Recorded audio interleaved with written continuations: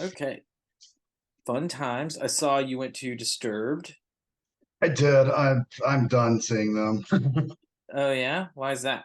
Like like I like concerts for the escapism, and it's like the last two times it's like depression, depression, depression, addiction. It's like no, that's why we're here. So it's an escape, not so you can constantly remind us. So, All right. Fair enough. I do appreciate their music though. So, which is probably why you went to go see them was for the music. I like their first three albums. I don't like their newer stuff. I'm not nuts about. Like I like Ginger, that was the smaller opener. I really like, and then Breaking Benjamin, I love.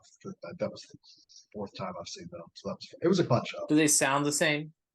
Oh yeah, Oh yeah. Okay. Because I remember the lead singer had that issue with his voice for a little while where right. he had to have surgery. I think. Can't remember. Yeah, no, it's yeah, it sounds like mid 2000s Breaking Benjamin. Chill. Okay. Got a cat yelling at me right now, so if you hear that, that's what that is. Okay. You have to join the podcast. Yeah. Hey, it's part of the fun. Everybody in. Everyone into the pool. So, on today's episode of Franchise Nutrition and Fitness Podcast, we are going to talk about something that everyone should use, but few of us use correctly. Absolutely. Yeah. When was the last time you turned around something and checked the label? Depends on what it is, but to be totally honest, like, it really does. Um, I would say the last time that I turned something around and checked the label was I recently purchased pajamas for my children, and I checked the label to make sure that they actually were 100% cotton.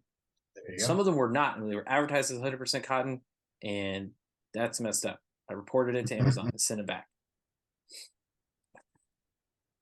So, See, I'm kind of the opposite because I check labels of everything. I get almost kind of hyper focused on it. Even if it's something like, of course, we're talking about food labels today, like something I've eaten or drank like 1,000 times, I'll flip it over and go, oh yeah, like this does have 500 times the amount of sodium I should have in one day. But yeah.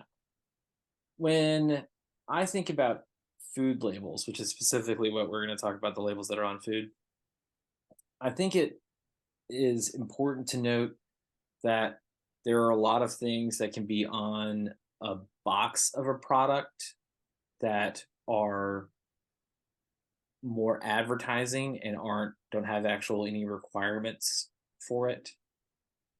Uh, and the best example I can give of that is the USDA Certified Organic circle is very specific. There are other companies that have made fake looking things that look really similar to it, it has the same color scheme, it's a circle, and they'll stamp that on the front of a product, but it won't be certified organic, which is misleading, but technically not illegal. yeah, there's a lot of stuff that's done that way. Like my favorite's always like being able to list something that's free of something. Like I love like especially the thought that I always come up with first is like the trans fat free. It's like okay, it can be trans fat free if it's got less than a half a gram per serving. Right. And also End up trans going fats, sorry to cut you off, trans like, fats have been illegal to be in products for a few years now. They right. So were it's supposed like to be removed. So no product should have trans fat in it. So if you're saying your product is trans fat free, of course it it's like is. congratulations on yeah being trans fat free. That's congratulations on adhering to the legality. Yeah. Um, in the United States, there are different laws that talk about food labels versus other countries. And I see a lot of posts on the internet where people will cite the food label in a different country and say, look at it compared to the United States. They don't do this. One of the issues there is that in the United States, we are required to list basically every piece of something, whether it be sodium, broth, salt that was added, all those little pieces. Uh, if you, for the sake of the argument, I have pulled up a comparison. But one of the very simple things to think about there is that it may look like something different, but they're actually the same thing. Right. Like if you looked at the label, it'd be like, oh, these are two different products, but they're really not. They're really exactly the same. Uh, so, all right. So over here, can you see this, Matt? I can see it. All right, and hopefully Perfectly. our viewers on Spotify can see it as well. So on the left is tomato ketchup from Heinz in the United States, and on the right is Heinz tomato ketchup in Europe.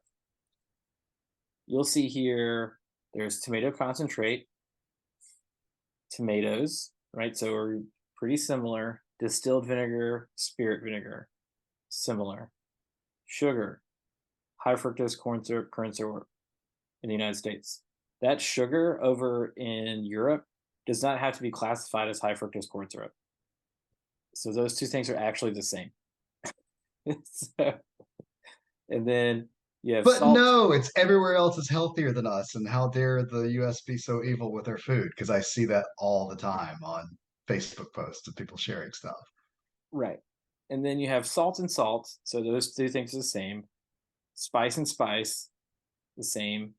On the Europe one, it says and herb extracts. And then it has onion powder and natural flavoring in the United States.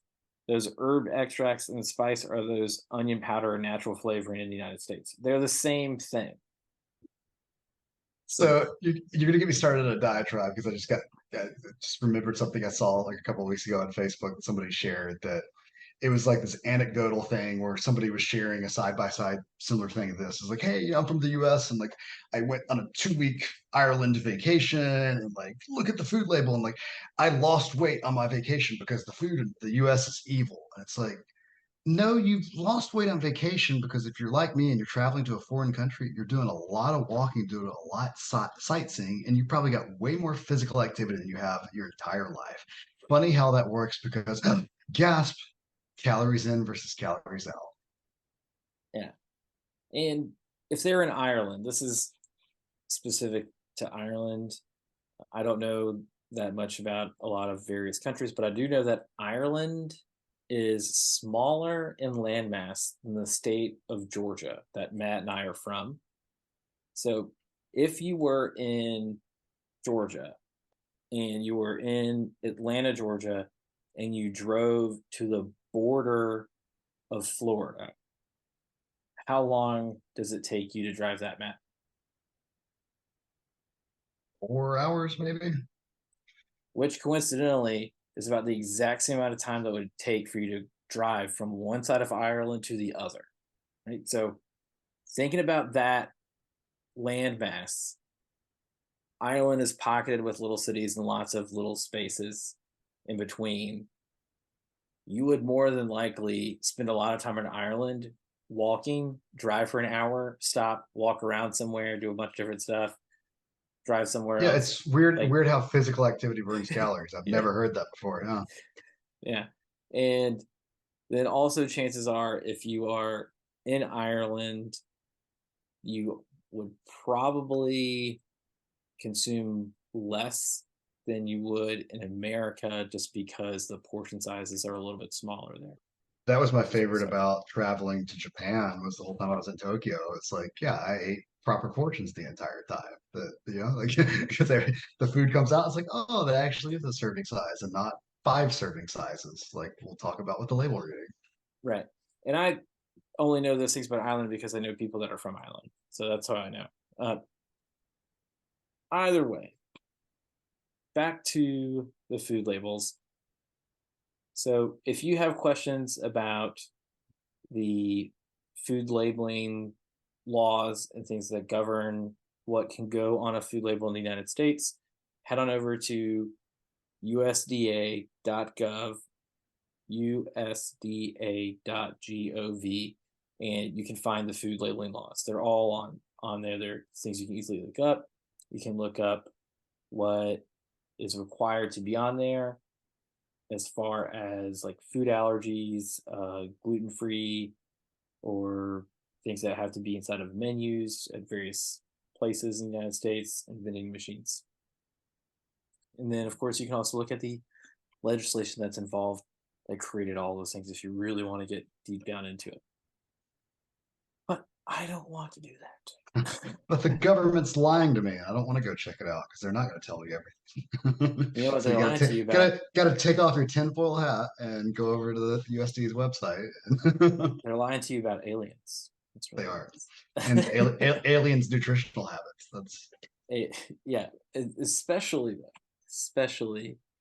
they're lying to you about Charles Manson and MK Ultra. We all know that. Like, that's really what they're lying to you about. Um, Either way, so I'm going to share on the screen here again. This is if you're listening to us on Spotify. Hopefully, we can translate some of this to you on the podcast. If not, open up Spotify, watch the video portion of this podcast. This is directly from my favorite cereal, which we've said on this podcast many times. People know what it is. It's Cinnamon Toast Crunch. Okay. So what is written here is the ingredients that are in Cinnamon Toast Crunch as well as the nutrition facts. So Matt, can you see this part? I can. Okay, just confirming that. All right, so this is going to be where it gets a little bit difficult in comparison to some other things. So USDA the United States government changed the law so the USDA facts on labels are now supposed to be close to the portion size of a container if you would normally consume one of that thing, such as a bottle of carbonated soda used to say serving size 8 ounces, servings in a container, approximate 2.5. Now it says one bottle. So everything that's on there, because you wouldn't normally consume of roughly a third of the bottle, you would consume the whole beverage. So now it says one bottle, and the things that are contained in that label is everything that's inside that one bottle. But it's not an exact science. When it comes to the numbers that are listed, they can be rounded up and down. So, for example, if a product has less than 5 calories, it can be a 0 calorie thing. But you'll still see things underneath it listed like 1 gram of carbohydrate. Well, that's 4 calories, 1 gram of carbohydrate, but it could still be listed as a 0 calorie beverage. Yeah, it doesn't magically make it calorie free if it's got 8 grams of carbohydrates in it. Yeah. But when you look at a label, the first thing you want to do is look at what it says is the serving size based off that label. So, for example, with the Cinnamon Toast Crunch that we have here, the serving size is 1 cup compared to the bottle of soda that I mentioned earlier, that would be one whole bottle, right? So, because you're probably not realistically going to consume the entire box of Cinnamon Toast Crunch, although you might. But and you're just going to have to know that if you do, you're going to have to multiply it by the number of servings that are in that box. So say there's 8 servings in there. You're not just eating magically 170 calories of Cinnamon Toast Crunch. Like, you're going to have to account for the fact that I always say, like, I believe that every serving size is a single serving, like, no matter what. Like, you give me a box of Cinnamon Toast Crunch, that's a single serving. Like, oh, it's supposed to feed a family of 4. Nope, it feeds me. We're good. But you have to account for that. And you're like, why am I gaining weight? I just ate 1 serving. Like, yeah, and it's another annoying thing that I find as a dietitian and a nutrition coach and what we do here at Franchise Nutrition and Fitness. One of the things that I often see are recipes that have manipulated the serving size to make it a quote unquote low calorie right. thing. It's like, yeah, it's like, yeah, like have like, well, like it's like this, like, oh, it's about a quarter of a cup of cinnamon toast crunch. Hey, it's a 40 calorie. It's like, no, like who ever eats a quarter of a cup of cinnamon toast crunch? Yeah, there is a place here in Wilmington, North Carolina that had a recipe for a snack that somebody showed me, and it's like, oh, it's only 200 calories, and I went through and it said it's like three baby carrots and a tablespoon of ranch or something like that. I can't remember what it was, but obviously the bulk of the calories are coming from the salad dressing. But it's three baby carrots. I remember that distinctly because I looked at them and I said, "Are you really only going to eat three baby carrots with all of this stuff that's on it?" I am so satisfied from those three baby Like, carrots. but probably not. It'd be better if you half that salad dressing and had 10 baby carrots. So just go and enjoy your life. Um, but back to the food labels here. So start with the serving size. That's the first piece of it. And then you can look at the macronutrient breakdown of it, is what I typically will do. So the fat, carbohydrate, and protein.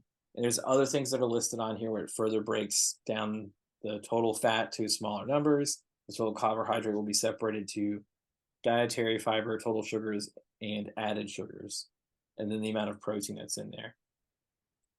So when you are looking at it that way, that's this, kind of the simplest way to do it. From a intuitive eating or an inintuitive eating standpoint, you wouldn't really use the nutrition facts panel. You'd kind of put an amount in a bowl that's a small amount. You'd have that to eat, decide, do you want more or are you done? What I think is really helpful with the facts labels is if you've never tracked your food before, get a scale, tear it out, TARE, tear out the scale with whatever device you're going to be putting your food in, then pour it in until you get to the gram number that is listed in the serving size and see how much that is. Yeah, and compare it to what you would eat intuitively. Like I think that's always a fun experiment to go, okay, let's pour what I could think a serving size is. And I think for a lot of people that, especially on like any sort of weight loss program, they see, oh, well, this is why my weight's stalled out a little bit because it's like I thought I was only eating a cup of this, but when I poured it in there, I'm actually eating 2 cups. So I didn't realize I was eating 340 calories versus 170. Yeah. And I will tell you this, I usually eat somewhere between 1.5 to 1 3/4 cups worth of cereal of Cinnamon Toast Crunch. I've measured it out. A normal quote unquote cereal bowl will hold a little bit more than that if you mound it up. Like mine's kind of even with the cereal bowl, but a regular cereal bowl holds almost 2 cups worth of Yeah, cereal in it. I've got some big ass cereal bowls that yeah would hold way more than a serving size. Right. Yeah. And I'm not saying that's not unusual. What I'm saying is that that's the typical size bowl that you get. Like, it's usually meant kind of cereal bowl. You can also use it for soup and so forth, things like that. But usually it's going to be bigger than that because you would not normally fill it all the way up to the brim. You fill it up kind of halfway. So halfway would be 1 cup, and then you'd be able to have, if you move in the bowl, it's not going to splash out of it. But most of us, I would say, I'm definitely included. I'm going to fill that thing up like close to the brim. And it's important for me to know that if I'm filling that bowl up close to the brim, how much am I actually putting in there? How does that align with the goals that I have for myself? And how will I be able to fit that into the plan to help me reach those goals? Absolutely, because yeah, like most of our clients we work with here at Franchise Nutrition and Fitness, we do some calorie and macro tracking. And if you're underreporting even by accident, you're going to start seeing why you're not reaching those goals. Or even somebody who's trying to bulk up, it's the same thing. Like I keep on speaking to people who are on like weight loss reduction programs, but yeah, like same thing. If you're like, hey, I thought I was eating 340 calories worth of this, but I'm not. So it's the same thing of making sure that you're properly recording and reporting the number of calories and the macros you're taking on. Right. And one of the things I want to point out, a lot of people, so look back to looking at this food label, I hear a lot of people say is that, oh, there's not a lot of sugar in it, or it has a little bit of sugar. When you're concerned about the sugar in a product, you really need to be concerned about the total carbohydrate and how that breaks down, not just the line that says sugar. For example, here in this Cinnamon Toast Crunch, it includes added sugars of 12 grams. The total sugar is 12 grams. That does not mean that there's 24 grams of sugar in here. That means that there are 12 grams of sugar in here that have been added to it. But the total gram of carbohydrates is 33. So a lot of the other carbohydrates that are coming here aren't going to be dietary fiber or the added sugar. It's going to be other kinds of carbohydrate, whether it's fructose, maltodextrin, like different kinds of things. It's not going to be the when it says sugar on a label, it's usually like sucrose. So it's like a classic table sugar. But the think that's one of those common things. Um, but over here on this side, the left side of this picture in the column, the ingredients. When you look at the ingredients on a food label, usually they're underneath the nutrition facts panel. The if it's a grain product, the first ingredient to determine that it's a whole grain should say whole insert whatever thing it is, whether it's whole grain wheat, whole grain rye, or um, what's the other big whole grain? Whole brown rice, the whole grain rice will be on there. If it does not say that, it's not actually a quote unquote whole grain product. And you've heard us talk about this before on the podcast where we talk about getting your half your grains from whole grains. Um, this Cinnamon Toast Crunch counts towards my whole grain intake. Yeah, my favorite's always multi-grain stuff of like it's trying to make it seem like it's healthy and like it can just have like multiple different types of grain. It's multi-grain. Right. Yeah. And you flip it over and it'll say enriched wheat flour on the back, which just means that they've removed a lot of the bran from it. So there's not as much fiber that's actually in the product. But clever marketing, it says multi-grain on the front. Absolutely. It's all on And there. I heard somewhere sometime multi-grain's healthy, so yeah, I grabbed that bread. It's like, oh, gee, why am I not getting enough fiber in my diet? Right. Um, and then again, this goes back to kind of what we were talking about earlier with the comparing the two ketchup things. Everything is written in here. This uh, all these pieces down here, the maltodextrin, dextrose, salt, cinnamon, trisodium phosphate. So listen, I'm not worried about any of those things. And let's say that I could not pronounce them, I probably would not be worried about it. So, That's always my favorite thing of like, and I know what you're alluding to. You often see where it's that super simplified like influencer approach of like, if you can't pronounce an ingredient, you shouldn't be eating it. What if I just really don't read and speak well? Like, right. My favorite thing is listening to chemists try to pronounce some of this stuff and they can't right. get it. And they part of going to school in chemistry, as I recall from the chemistry courses that I had to take, was learning how to spell things. But they don't teach you how to say it. They Right. only teach you how to spell it. so, so that's a part of it where uh, maybe we some people learn how to speak it, not everybody does. It's going to be difficult, especially when you start getting to longer kind of name things.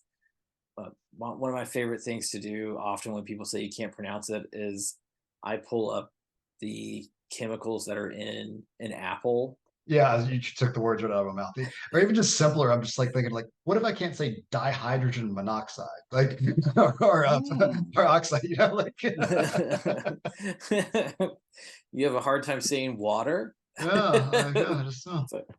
So, I but should probably never drink water again. Like, yeah, and then if it's in the United States, um, this goes back to this ingredients panel. You'll see down here it has vitamins and minerals on the Cinnamon Toast Crunch, and it has all these things that are added.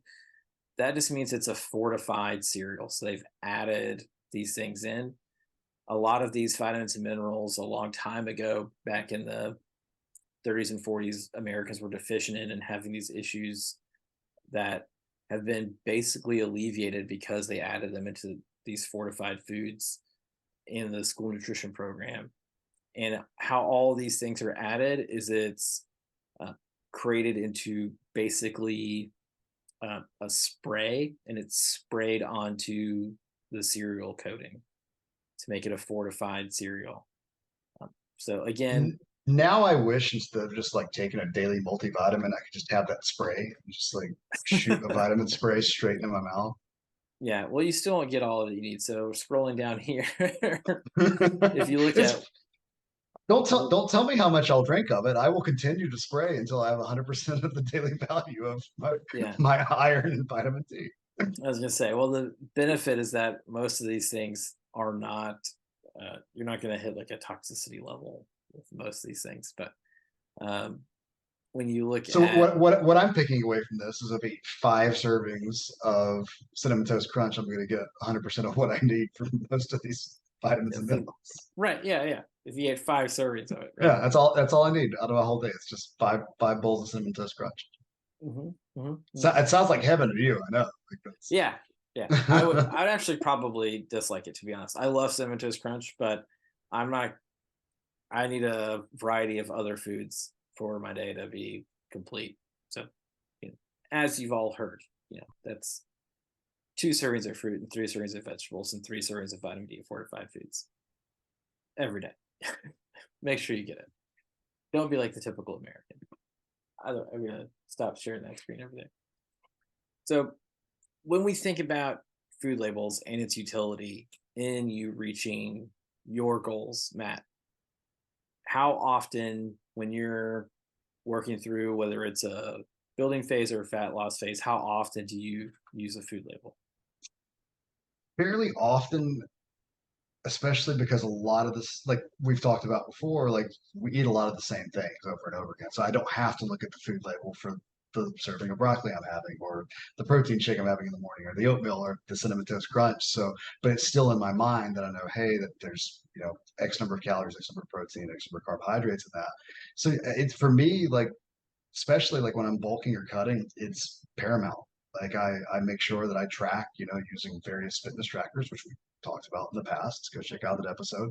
But yeah, that way I can input that and correctly input that, and then I can understand if like, okay, why am I not losing weight or gaining weight at the rate that I want to? Oh, because probably underreported some of that, or I didn't take into account that I had a serving and a half instead of a serving. How about you? How important is that for you? Because I know you said the last time you looked at a label at the beginning of this episode was the clothing for your kids. So like, how important is it to you? Yeah, I looked at label last night was for the kids. We got them some new sets of pajamas, and our one of our oldest son is like a he sweats a lot when he sleeps, and we're trying to find something that's like going to You cause should him you not to should sweat as much. you should stop giving him alcohol before he goes to bed because that raises your core body It's true. What really should happen is he should probably stop running around like a maniac right before he goes to sleep. But that's a different. that sounds like fun Yeah, too. it's like, what am I gonna do? Either way, when it comes to food, I try to track my food intake once every couple of months just to see what has been maintaining my current body mass. And when it comes to that, I may look at a food label, But kind of what Matt was saying earlier, I um, eat some of the similar things all the time. And so when I'm tracking stuff, it's kind of stuff that I've already know. But how I know that I eat between a cup and a half and 1 3/4 cups of cinnamon toast crunch is that when I track it, that every couple of months, I pour it in the bowl and then I move the bowl to the scale and say, it's this many grams. Look at the box. How many servings is that? Okay, that's the number of that. Just so I've been maintaining my weight at this certain weight for a really long time now, at least a year, coming up on almost a year of being packed regularly over 200 pounds.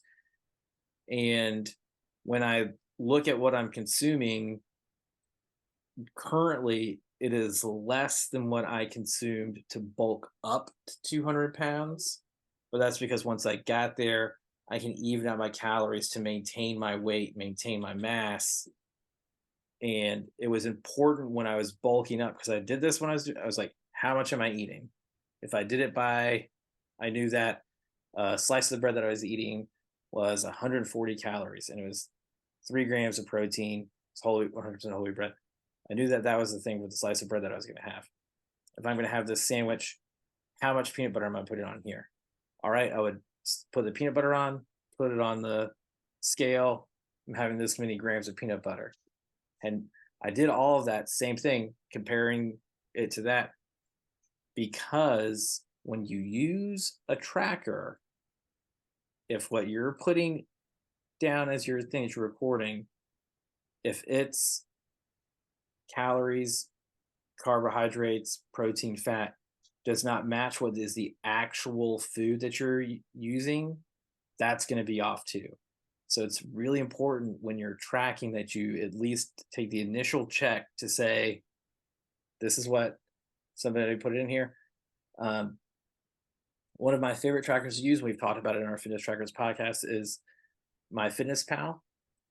The data that's in there is stuff that people has put in there. Yeah, crowdsourcing can be fun because I always use that example with clients. I'm like, yeah, you got to really look because somebody may have been like chocolate cake, 0 calories, zero, and it's like, I would really like to find that chocolate cake, but I'm pretty sure it doesn't exist. Right, exactly. And then also, if it was, for the example that I had, 100% whole wheat bread, and you just typed in 100% whole wheat bread, if you don't have the exact maker of that bread, then it may be off. But let's say you do have the exact maker of that bread. If that thing you're tracking hasn't been updated in a few years, chances are that it's incorrect. They've probably changed the formulation of that product to be a little bit different. And so you still have to make sure that those things match up with each other. I just And want to put that, this out there because I'm sure it's going to get you started on a tirade, and that always amuses me. What if somebody's put in something that just includes the net carbs? That was the expression I was waiting for. so uh, every carb counts. All of them count. Where net carbs comes from is total carbohydrate minus fiber. That's where people get the net carbs from, which is also where annoyingly people come up with this stupid negative calorie food thing. Negative calorie, and then it's keto friendly. Like, yeah. A carb is a carb. They all count. So sure, it may increase the thermogenesis of the food because your body's attempting to break down the fiber, and so you're quote unquote only absorb certain amounts of the calories. That is a misnomer. It's nearly impossible to get that so exactly correct because it's a percentage and it varies based off of the other amount of foods that you consume at the same time. If it's with a whole meal versus with it's a snack, if it's with certain fluids, all of these things change the quote unquote net carb effect.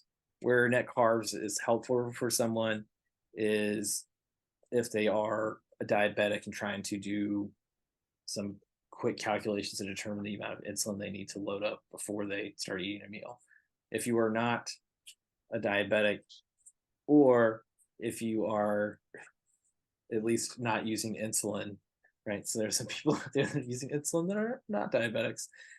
You may not have to necessarily worry about net carbs. Just look at the total carbs and save yourself that battle. But when it comes down to um, utilizing food labels, if you have never tracked your food before, or if this is your first start on the journey of nutrition fitness, or it's been, a year, 2 years, even for me, like if I started trying to adhere to a specific thing, I would start looking at labels tomorrow. I would go back and revisit everything. I would do it all over again. Um, Currently, that's not part of my nutrition plan. I'm kind of following more of an intuitive eating plan currently, just because that's what's been maintaining my body mass. So and I'm fine with that. I don't need to bulk up or cut currently. I'm just trying to get stronger and faster. So, um, I think that's all I got on food I think labels. that's more than enough. So yeah, like feel free, reach out, comment, let us know on our social media platforms. What do you look to get out of a food label? How often do you look at labels? Any kind of aha moments you've had recently looking at a food label? It's always fun of going, hey, I didn't know this was in there. I didn't know I was consuming this much of something. Yeah. And like and share this podcast with your friends. Follow us, subscribe, whatever thing you're going to listen to. It really helps us determine kind of what you guys want us to talk about in the future and give us a better idea of things that you'd like to know. And either way, like we say every week, maximize every bite. Maximize every rep.